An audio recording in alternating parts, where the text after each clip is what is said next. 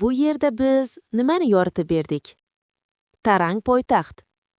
AQSh prezidenti Nikolas Maduroni qo'lga olganidan keyin Venesuela poytaxti hali ham notinchligicha qolmoqda.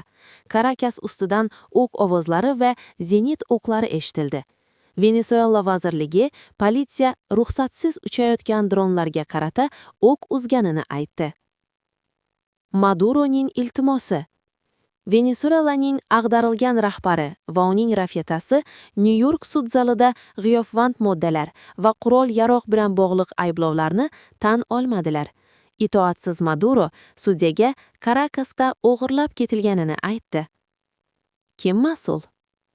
AQSh prezidenti Donald Trump Venesuelani o'zi boshqarayotgani haqidagi da'vosini takrorlagan bir paytda Maduroning ittifoqchisi Delsi Rodriguez prezident vazifasini bajaruvchi sifatida qasamyod qildi.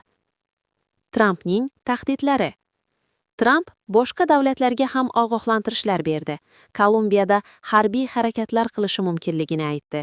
Meksikaga giyohvand moddalar bo'yicha birgalikda harakat qilishni buyurdi va AQShga Grenlandiya kerak dedi.